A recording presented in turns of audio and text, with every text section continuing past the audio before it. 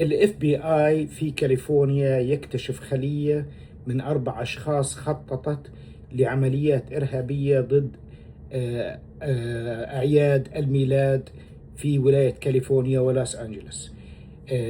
اللي صار إنه الاف بي اي قدر إنه يكتشف خلية من 4 أشخاص كلهم أمريكان بيخططوا لعمليات إرهابية.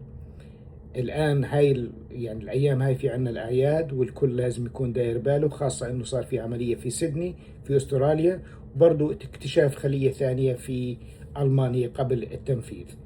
الآن بهيك حالة بالأيام هاي في عنا أعياد الحمد لله، وبالتالي الناس اللي مشرفة على أعياد أو الناس اللي بدها تروح على أعياد لازم أخذ الحيطة والحذر، والناس اللي بينظموا لازم يتصلوا بالسلطات المحلية عشان يكون في حماية. ومش غلط إنه يكون قسم من الأشخاص اللي منظمين يكونوا مستعدين ودايرين بالهم ويطلعوا ويراقبوا اللي جايين واللي رايحين، لأنه الأمور والله ما بتحتمل لا سمح الله الناس تفقد حياتها في هاي الأعياد وبوقت الفرح والعيد، إنه يصير في عنا عمليات مثل هاي، لأنه في ناس كثير مريضة نفوس. فالكل يدير باله، وأعياد سعيدة للجميع إن شاء الله.